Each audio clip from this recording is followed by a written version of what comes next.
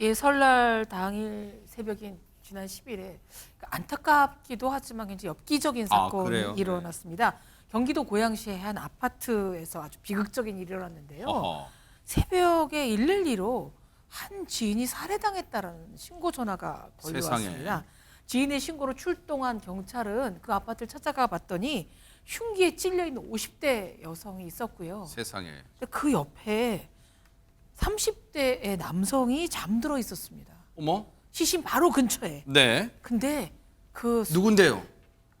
누워 있고 잠자고 있는 남성이 살해된 여성의 바로 아들이라는 겁니다. 아니, 지금 어머니는 숨졌는데 하재근 평론가님 아들이 곁에서 세상 모르고 자고 있다? 이게 대체 어찌 된 상황입니까? 정말 너무나 말도 안 되고 안타까운 그런 상황인데 네. 30대 아들이 50대 어머니를 그렇게 흉기로 해치고 나서 더 정말 기가 막히는 게 뭐냐면 자기 지인한테 전화를 걸어가지고 내가 지금 어머니 해쳤다고 세상에. 범행 사실을 전화로 알렸다고 합니다. 아들이 지금 어머니를 살해한 거라고요? 어머니를 살해한 다음에 세상에. 지인한테 전화해서 그 사실을 다 알리고 어머나. 현장 사진을 찍어서 지인한테 전송까지 다 뭐라고요? 하고 그 다음에 어떻게 했냐면 네. 이 아들이 자기가 어머니 지금 살해했거든요. 흉기를 휘둘러서 네. 그 옆에서 그냥 그대로 잠이 든 거예요. 어허. 그래서 전화 받은 지인이 깜짝 놀래가지고 112에 신고를 했고 네. 바로 경찰에 출동을 했는데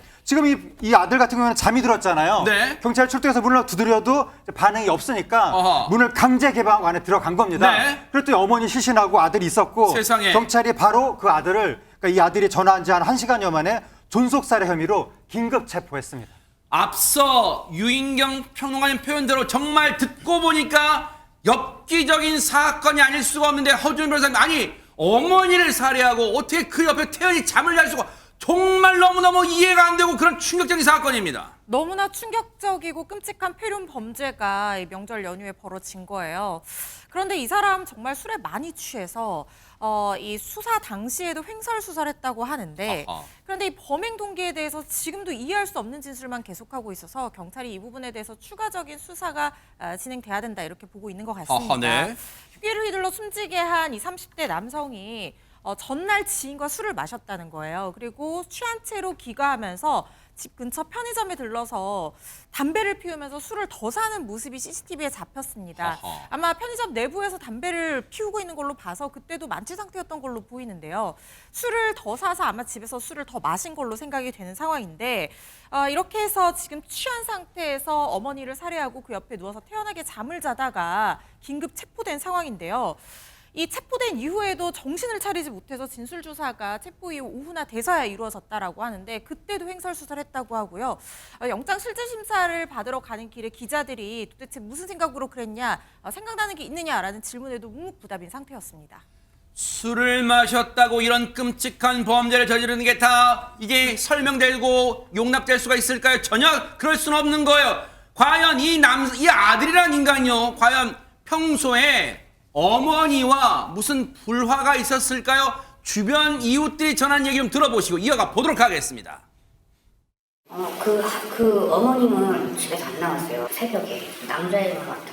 새벽에 술을 많이 먹고 새벽 한 3, 4시쯤에 들켜있고 하니까 술 많이 먹고 막 쿵쾅쿵쾅대고 옆에 그 벽간소음이라고 하나 들릴 정도로 막 심하게 막 그랬었으니까요. 그냥 독도가 경찰들이 먹고 딱 쳐갖고 그냥 와서 몸을 두드려서 나가고 뛰고 시커먼 사람들이 다 있어요.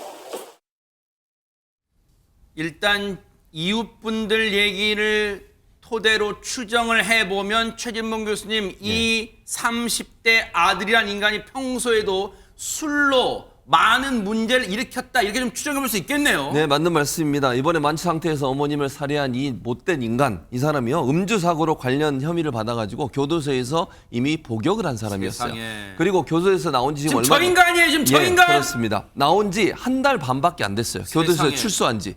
출소해서 한 달 반 된 사람이 어머니와 함께 생활하다가 이런 이제 끔찍한 범행을 저지른 건데요.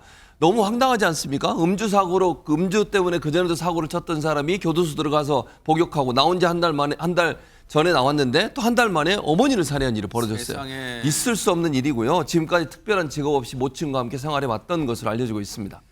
구속 전 피의자 신문, 이른바 영장실질심사에 저 못된 인간이 출석을 했는데 어떤 모습이었을지요 보시고 이어가 보도록 하겠습니다. 혐의 인정하십니까? 어머니 살해한 이유 뭡니까? 경찰에서 뭐라고 진술하셨습니까? 그날 기억나시는 거 없으세요? 술 많이 드셨다는데 얼마나 드셨습니까? 어머니랑 다투신 거예요? 가족들한테 하고 싶은 말씀 없습니까? 한 말씀 해주시죠. 정말요, 진짜 짐승도요, 자기 부모한테는, 어미한테는 다 효도라는 게 짐승이야. 짐승만도 못한 인간을 우리가 보고 있어요. 박성배 변호사님. 이 남성은 일단 어젯밤 구속됐습니다. 법원이 도주 우려가 있다고 판단했는데 이 사건의 쟁점은 무엇보다 범행 경위와 동기이겠죠. 그렇지만 경찰에 따르면 범행 동기가 아직 오리무중이라고 합니다. 남성이 나름 범행 동기에 대해서 진술을 합니다만 이치에 맞지 않아 전혀 이해할 수 없는 수준이라고 합니다. 다만 정신병력은 없다고 하는데 남은 구속기간 동안 추가 조사가 필요해 보입니다.